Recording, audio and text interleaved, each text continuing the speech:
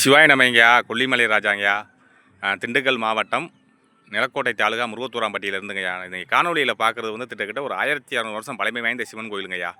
ஐயா, அந்த கோவிலுக்கு வரக்கூடிய பாதை வந்து பார்த்துக்கிட்டிங்கன்னா மழை பெஞ்சா ரொம்ப இங்கே வரீங்க பூரா சேரும் ஜெகதியுமே ஆகி போகுதுங்கய்யா. ஏதோ அடியார்களும் பக்தர்களும் ஒரு பெரிய மனசு பண்ணி ஒரு 30 லோடு கிராவல் அடிக்கணுங்க ஐயா. ஒரு லோடு வந்து டாக்கெட்டுருக்கு 1250 ரூபா வருங்க ஐயா.